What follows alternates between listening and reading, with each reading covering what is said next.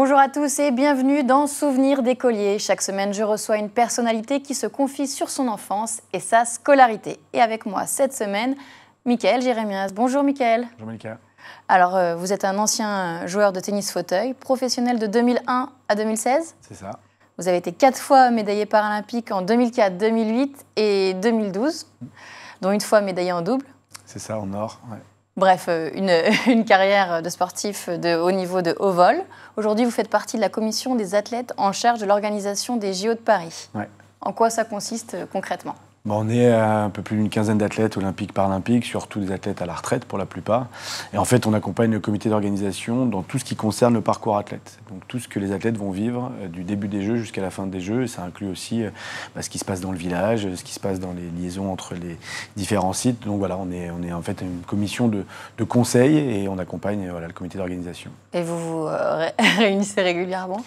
On se réunit tous les quelques mois. Après, on est en contact avec le COJO, mais il s'avère que je travaille aussi avec le comité d'organisation comme consultant. Donc voilà, on travaille quasiment tous les jours sur le sujet Paris 2024. Vous êtes ambassadeur de l'INSEP ? Ouais, je travaille avec l'INSEP. On parle beaucoup de l'INSEP comme une usine à champions. C'est surtout un endroit extraordinaire pour s'épanouir en tant que sportif de haut niveau. Et puis ce que j'aime à l'INSEP, c'est cette notion de double projet. Et qu'il n'y a aucun athlète laissé sur le carreau, même si la pratique sportive ne se passe pas très bien, au moins le parcours universitaire et étudiant est prévu pour la reconversion et pour la suite. Ouais. Vous êtes également conférencier à la tête de votre association, comme les autres. Bref, une reconversion réussie et chargée. Ouais, moi j'ai pris ma retraite après les Jeux de Rio en 2016. J'étais porte-drapeau, donc j'étais super fier de ce moment-là. Et l'important, c'était de réussir aussi l'après. Et aujourd'hui, oui, en fait, moi je me décris comme un entrepreneur à impact positif. Je suis producteur maintenant, je suis dirigeant de différentes structures, que ce soit associatives, entrepreneuriales. Et l'idée, c'est que c'est un impact positif sur la société, peu importe la manière dont je travaille. Et je m'éclate bien et je suis assez occupé. Est-ce qu'il y a des projets que j'ai oubliés ? Le 28 août prochain, sort sur Canal+, mon premier documentaire en tant que producteur, le documentaire qui va s'appeler We Are People, où avec mon associé et réalisateur Philippe Fontana, on a raconté comment le sport a changé la vie des personnes handicapées dans le monde depuis 150 ans. Et ça, c'est un projet de longue date. Ça fait 4 ans qu'on s'était lancé dessus, la pandémie a arrêté le tournage et donc on a pu le terminer là tout récemment. Donc on a vraiment hâte de le faire découvrir au grand public. Donc ça, c'est fin août. Ouais. Maintenant, on arrête les projections dans le futur. On fait un petit flashback. Ouais. Est-ce que vous voulez bien alors revenir sur vos souvenirs d'enfance ? Avec plaisir. Quel type d'élève étiez-vous ? J'étais un élève agité, mais assez passionné. Quand j'étais tout petit, j'étais debout sur ma chaise. Alors, pas sur cette chaise que j'utilise maintenant, mais j'étais vraiment debout sur ma chaise. J'étais un hyperactif et je levais la main tout le temps, enfin pas suffisamment selon mes Parce profs. qu'on n'est pas obligé de se mettre debout sur la chaise pour participer. Là. Mais en fait, j'avais envie de courir partout, j'étais très dynamique.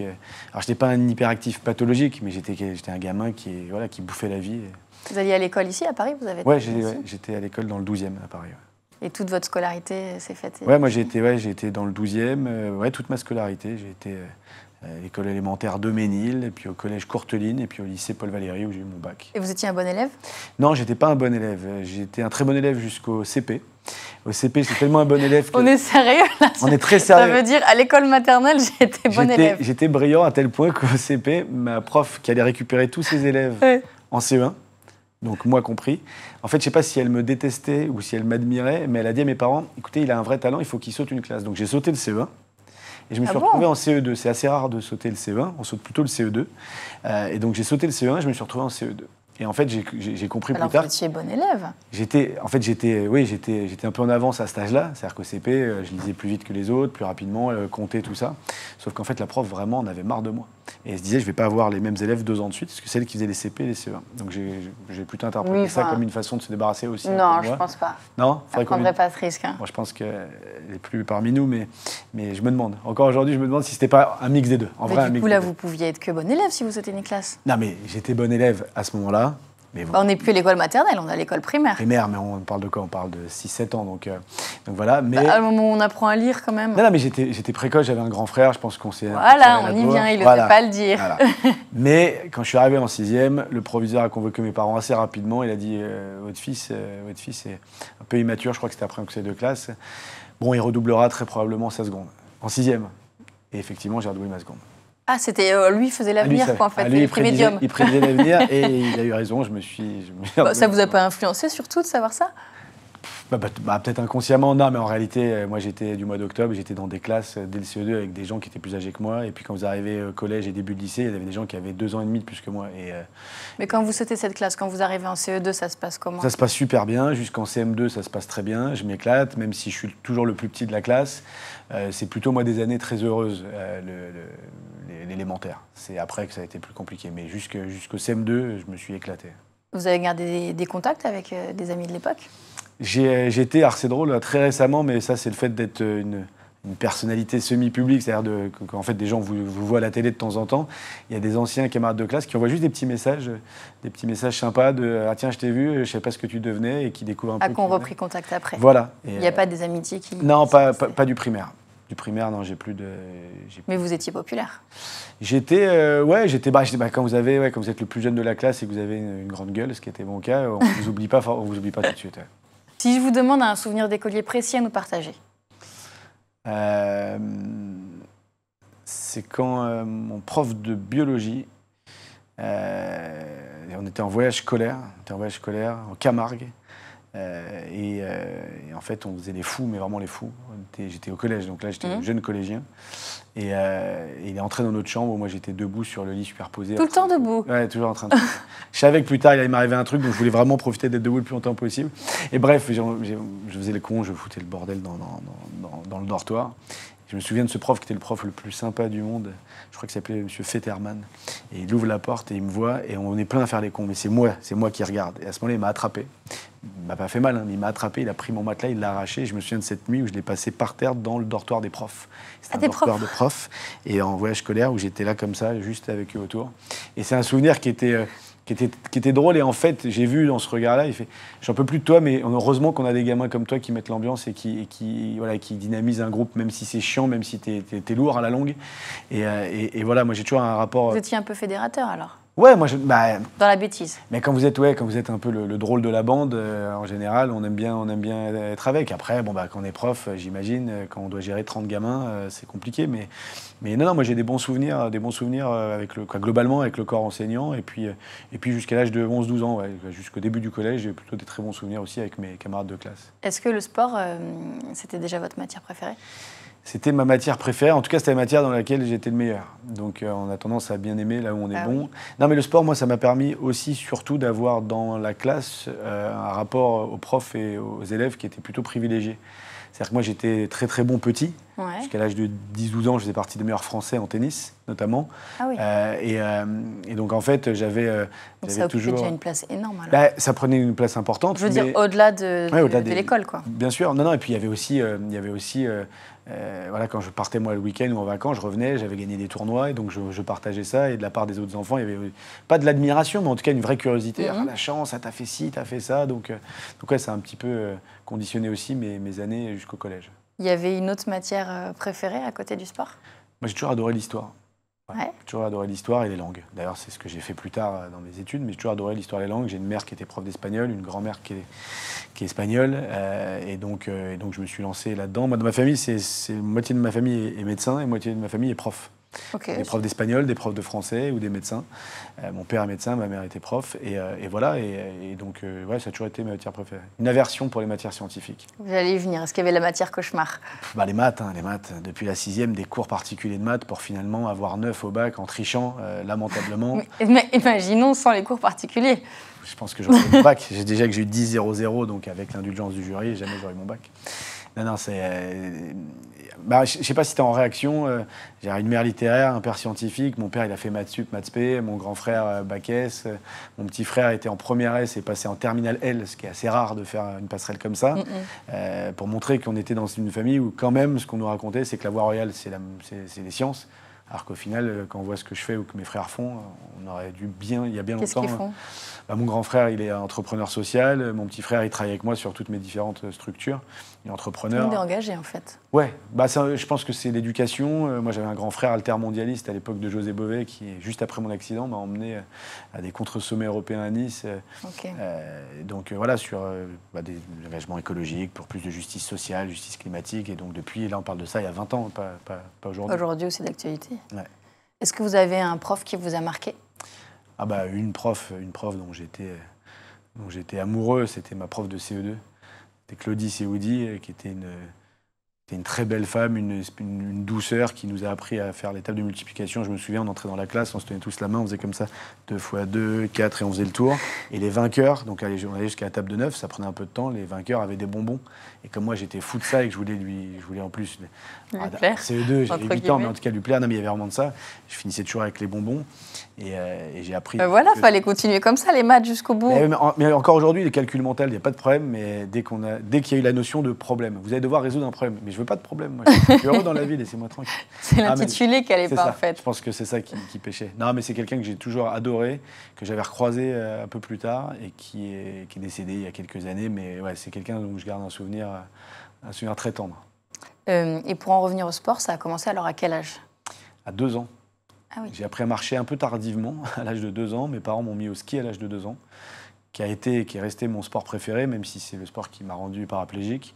Et le tennis à l'âge de 5 ans. J'avais mon grand frère qui jouait, mes parents qui jouaient, mais très très amateur, vraiment à un très faible niveau. Mais et votre frère? Et mon grand frère, non, mon grand frère avait un niveau correct, mais n'a jamais été champion. Mon petit frère, lui, a très bien joué. Il était la même année que des Gaël, mon fils, notamment, et il s'entraînait que jusqu'à l'âge de 14 ans, donc lui jouait très bien. Et voilà, donc sportif depuis très jeune, vous faites ce que vos parents vous proposent de faire, et puis après, vous vous rendez compte que vous n'êtes pas trop mauvais, vous vous amusez, vous continuez, quoi. Vous avez fait carrière dans le sport, mais est-ce que plus jeune, il y avait un autre métier que vous rêviez d'exercer? Moi, j'aurais voulu être chirurgien. Donc on revient un peu sur les traces. Mais parce que moi j'adore ça. Moi, mon plus grand regret, c'est que la médecine en France aujourd'hui, les critères de sélection, ce soit votre niveau en mathématiques notamment. C'est-à-dire que si vous n'êtes pas bon en mathématiques, c'est fini pour vous. Mais sauf que moi, j'adore. Moi, j'ai une vraie curiosité, une vraie pour l'autre. Quand je dis pour l'autre, là, pas pour ce qui se passe forcément dans sa tête. Je pense pas que j'aurais été un très bon psy. Mais par contre, moi, je suis une infirmière. C'est-à-dire que quand je suis en vacances, quand je suis avec des amis, quand il y a le moindre pépin, c'est moi qui vais aller soigner les bobos. C'est moi qui fais... soin des autres. Ouais, mais physiquement, quoi. Physiquement, d'essayer de trouver la solution, le rapport à la blessure, le rapport au sang, tout ça sont des choses qui... Guérir, en fait. Voilà. Mais ce qui est drôle... ça, c'est avant votre accident? C'est bien avant mon accident. Et ce qui est drôle, c'est que si je faisais la psychanalyse de comptoir, je dirais qu'aujourd'hui, c'est ce que je fais, mais à travers mes différentes activités. À travers que ce soit l'association comme les autres, que ce soit les différentes structures que j'ai créées, la manière dont je veux essayer de régler des problèmes, je le fais, mais pas individuellement et médicalement. Voilà. À 19 ans, vous avez... 18 ans? J'ai 18 ans. Ouais, le 7 février 2000, ouais, c'est ça. L'accident de ski, qui vous rend paraplégique. Ouais. Jusqu'alors, vous faisiez quoi? Des études? J'étais étudiant à la fac de Créteil en langue étrangère appliquée, anglais-espagnol. Donc là, je reproduisais un peu le schéma. Toujours du sport en même temps à côté? Je jouais au tennis, toujours, 3-4 fois par semaine, mais pas au niveau. Pas au niveau? Non, je jouais bien, mais j'aurais jamais été champion valide. Et donc, je continuais. À cette époque-là, 18 ans, je ne savais pas du tout ce que je voulais faire. Je me suis inscrit dans une fac où j'ai vu qu'il y avait un taux de 92% de filles inscrites. Ah ouais, c'est une bonne raison. Je vais être honnête, j'adorais les langues, j'adorais voyager. Et à 18 ans, sans être plus obsédé que les autres, j'aimais bien les filles. Et donc, je me suis dit... je vais conditionner carrément le choix de non, je ne suis pas jusque-là, mais ce qui était drôle, c'est que je me souviens de l'amphi. C'est positif, quoi. La première fois que je suis entré dans l'amphi, on était 5 mecs dans un amphi rempli de filles. Ce qui est d'ailleurs assez caricatural, parce que j'ai jamais compris pourquoi ces métiers-là, ou en tout cas cette filière-là, était plus réservée ou privilégiée par les filles. Et donc voilà, j'ai fait mon premier semestre, que j'ai validé.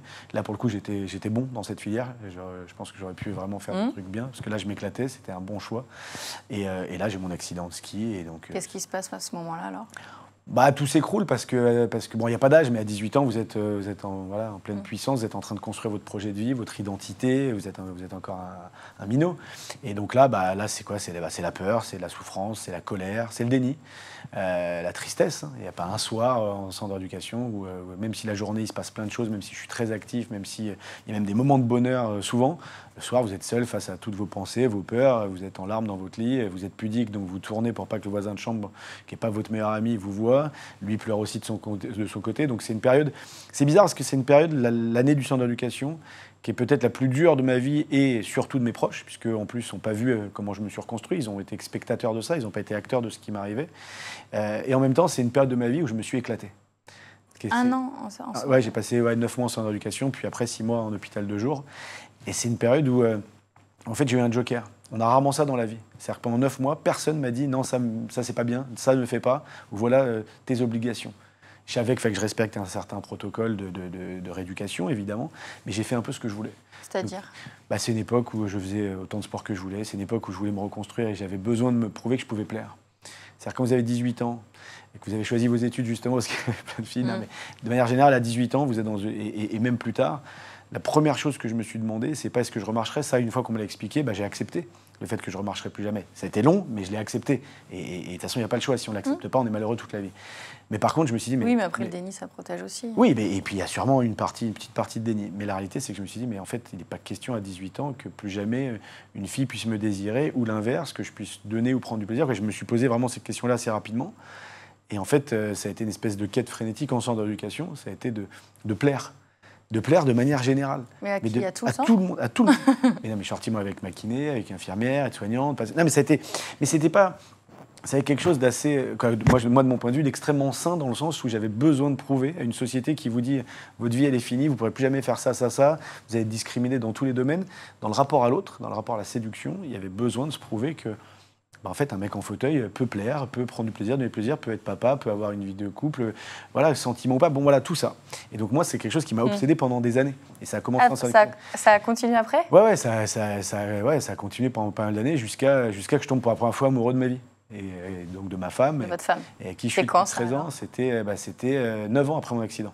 Ok. Donc ça a été on imagine les 9 années qu'on suit. Non, mais c'est vrai. Non, mais je me suis posé des vraies questions de rapport à l'addiction, mais parce que la société, elle est violente. Quand la société, elle vous regarde et qu'elle vous dit, en fait, parce que vous avez un accident et que votre mode de déplacement n'est plus le même, et que vous faites plus 1m80, vous faites 1m38 assis sur votre fauteuil, et qu'on vous dit tout ça, en fait, vous êtes en colère. Et donc la révolte, soit elle est passive, et donc vous subissez, vous êtes malheureux, soit vous décidez de dire, ah ouais, et on va prendre le contre-pied.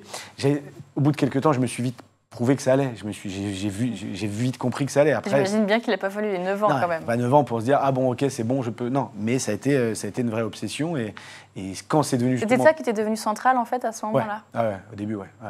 Du coup, là, on oublie les études et... Je retourne faire des études, je fais du sport, mais à ce moment-là, c'est... Vous retournez à la fac? Je suis retourné à la fac, je suis retourné à la fac, j'ai validé mon DUG pour faire plaisir à ma mère, parce qu'en fait, j'ai découvert le tennis en fauteuil assez rapidement. C'est ça que j'allais venir. Vraiment par hasard, en fait. Au bout de combien de temps? J'ai découvert ça 3 mois après mon accident, alors que je ne savais pas que ça existait, je ne savais pas que les personnes qui faisaient du sport. Pendant que vous êtes en centre de rééducation. Ouais. Et vous vous y mettez à ce moment-là? Non, je m'y mets à la fin de l'année. Donc j'ai mon accident le 7 février 2000, je tape mes premières balles en novembre 2000. Et là, tout de suite, ça marche? Alors, tout début, non. Je suis ultra frustré. Quand vous jouez debout, je ne sais pas si vous avez déjà joué au tennis, mais quand la balle elle est à 1 mètre de vous, vous faites un pas, vous tapez la balle. Quand la balle elle est à 1 mètre de vous en fauteuil, vous avez la raquette dans la main, il faut d'un coup tourner le fauteuil très vite, puis aller vers la balle. La balle, elle est déjà partie. Et donc, en fait, je me retrouvais à perdre... À réapprendre, en fait, finalement. Complètement, le déplacement. Et là, vous vous retrouvez à perdre contre des gens qui sont bien moins forts que vous debout, mais sauf que comme ils savent se déplacer, vous repartez à zéro. Donc, les 2-3 premiers entraînements frustrés, j'ai voulu arrêter. C'est mon père qui m'a encouragé. Et après, je me suis éclaté et j'ai décidé... Au bout de combien de temps ça marche aussi? Au bout de quelques mois, je m'éclatais et puis je me suis lancé à fond et puis je commençais à faire de la compète et puis je fais ça pendant 15 ans. Tout de suite? Ouais, assez rapidement. Alors après, j'ai eu la chance d'avoir des parents qui avaient les moyens de m'accompagner parce qu'on n'était pas professionnels il y a 20 ans en tennis fauteuil. C'est professionnel depuis quand? En fait, c'est toujours pas très professionnel, mais vous voulez dire en vivre, quoi? Moi, j'étais le premier athlète à en vivre, c'est-à-dire avoir des sponsors qui s'intéressaient à moi et donc qui me permettaient d'être professionnel. Aujourd'hui, des joueurs de tennis ou des joueurs de tennis en fauteuil, il y en a peut-être 3 qui sont professionnels. À ce moment-là, vous avez tout de suite pu vous consacrer qu'à ça? Alors, c'est pas grâce aux sponsors, c'est grâce à mes parents. C'est qu'en fait, je vivais chez mes parents à l'époque et ils m'ont aidé à faire mes premiers voyages. Et au bout de 2 ans, donc c'est quand même un budget. Je les rembourse tous les mois. Non, ils me l'ont offert. Mais voilà, et au bout de 2 ans, là, je suis devenu professionnel. J'ai eu mes premiers contrats, c'était après les Jeux d'Athènes. J'ai eu mes premières médailles, je suis devenu numéro mondial. Et donc là, après j'ai eu moi plutôt des facilités.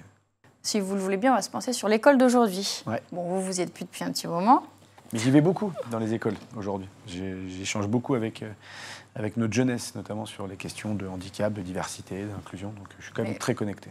En France? Oui, en France. Parce que vous avez un enfant, mais il est scolarisé à Londres. Il est scolarisé à Londres, donc ça me permet aussi de voir parce qu'en fait, ma femme est anglaise, et après 9 ans à Paris, elle m'avait dit qu'elle voudrait quand même un jour rentrer chez elle à Londres avec sa famille et ses amis.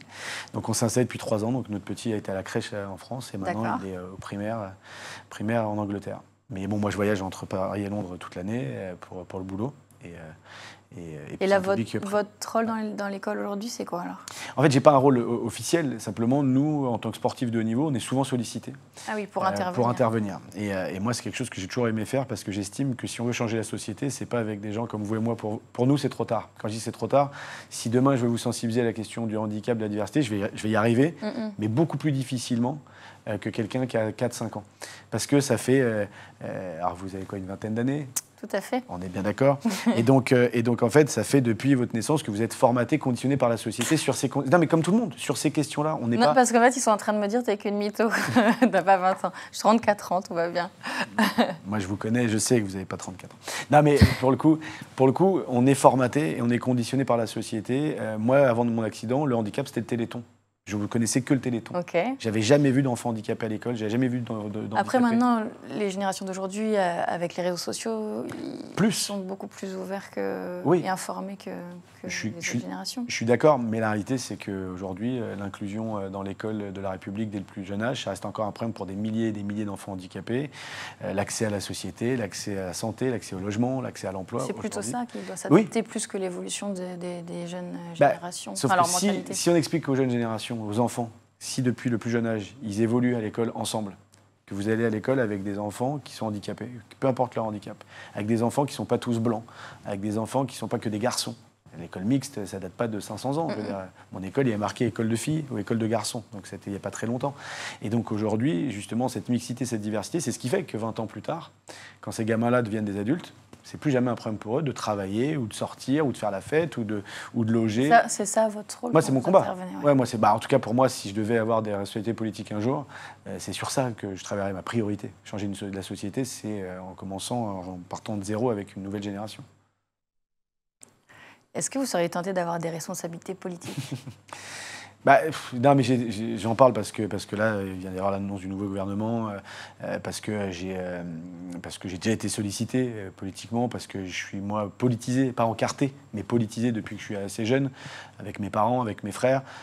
Donc oui, à un moment, vous posez la question. Mais la responsabilité politique, c'est pas uniquement d'être un maire, un ministre, un conseiller ou un élu. La responsabilité politique, c'est ce qu'on fait au quotidien, ce que je fais à travers moi, mes différentes activités, c'est un engagement citoyen et politique. Et l'étape d'après? Non, pas aujourd'hui. Moi, j'ai fait le choix d'être entrepreneur, j'ai fait le choix aussi de passer du temps quand même avec ma femme et mon fils. C'est une vie de sacrifice. Genre, on aime bien critiquer, et à juste titre un certain nombre de fois, les politiques, mais la seule chose qu'on ne peut pas leur reprocher, c'est le temps. Aujourd'hui, il n'y en a pas un dont j'envie l'emploi du temps, et c'est justement cette notion de sacrifice. Moi, je veux pouvoir, de manière très libre, aller toucher un peu à tout pour changer la société à mon petit niveau. On a dit votre enfant est scolarisé à Londres. Ouais. Une différence entre le système éducatif français et anglais? Là, à cet âge-là, je ne peux pas faire une énorme différence. Moi, je ne me souviens pas très bien de ce qui se passait. Il a 6 ans, donc c'est encore petit. C'est très mobile. C'est-à-dire qu'ils ne sont pas assis dans une classe de 30 toute la journée. Alors après, c'est peut-être pas exactement comme ça à mon époque non plus, mais en tout cas, voilà, il se passe beaucoup d'activités dans des lieux différents. Alors là, avec le Covid, un peu ralenti ça, mais de partage avec les autres classes. C'est assez dynamique comme enseignement, je trouve. Après, je ne pourrais pas vous dire. Je vous en reparlerai quand il sera adolescent et on verra s'il revient en chialant en disant les maths c'est trop dur, j'y arrive pas. Voilà. Ok, rendez-vous dans 6 ans. Alors l'école de demain pour vous, elle doit ressembler à quoi? C'est une école plus représentative de ce qu'est notre société. Donc, je reviens sur ce que je disais, c'est sur cette notion de mixité. Moi, je veux que les écoles de la République soient une juste représentation de ce qu'est la France, dans toute sa diversité. Pas uniquement sa diversité de couleurs, mais sa diversité sociale, sa diversité de sexe. Je veux je veux pas de ghetto dans l'école. Je veux que tout le monde puisse évoluer ensemble. Ça, pour moi, c'est le premier critère. Et ensuite, je voudrais, moi, une école, alors peut-être plus tard, mais une école et des formations qui soient beaucoup plus en lien avec la réalité du monde dans lequel on vit. Dans le choix des filières, dans la manière de l'enseigner, dans le choix de l'enfant. Vous trouvez que c'est trop généraliste? C'est trop généraliste. Je pense qu'aujourd'hui, il y a des matières et des sujets de société, on parlait de l'écologie tout à l'heure, sur lesquels il devrait y avoir je suis sûr qu'il y a plein de vocations. Des nouvelles matières, en fait. Des nouvelles matières beaucoup plus adaptées à la réalité d'aujourd'hui. Et puis ça, par contre, je le sais sur le modèle anglais, parce que ma femme l'a vécu, on implique beaucoup plus précocement l'enfant dans son parcours scolaire, dans ses choix. Alors nous, on a tendance à dire Ils en sont pas France... matures. Ouais, mais c'est ce qu'on dit. Mais en fait, on a tout intérêt à écouter ce que l'enfant a envie de dire. On ne dit pas qu'à 13 ans ou qu'à 14 ans, vous êtes capable de choisir votre futur métier, mais vous avez déjà des envies, vous avez déjà des idées, vous avez déjà des passions, vous avez déjà des colères. La nouvelle génération, sur l'urgence climatique, je pense qu'ils ont beaucoup de choses à dire. Et moi, j'aurais aimé un moment qu'on soit capable de me poser les questions pour peut-être faire d'autres choix et ne pas avoir la boule au ventre parce que j'étais pas bon en mathématiques, par exemple. Bah, c'est tout bon, on a tout noté pour l'école de demain. Bah, parfait. Et c'est déjà la fin de l'émission. Merci beaucoup, Mickaël, d'avoir partagé avec nous tous ces souvenirs. Quant à moi, je vous retrouve la semaine prochaine pour un nouveau numéro de Souvenirs d'écoliers sur School TV. À bientôt.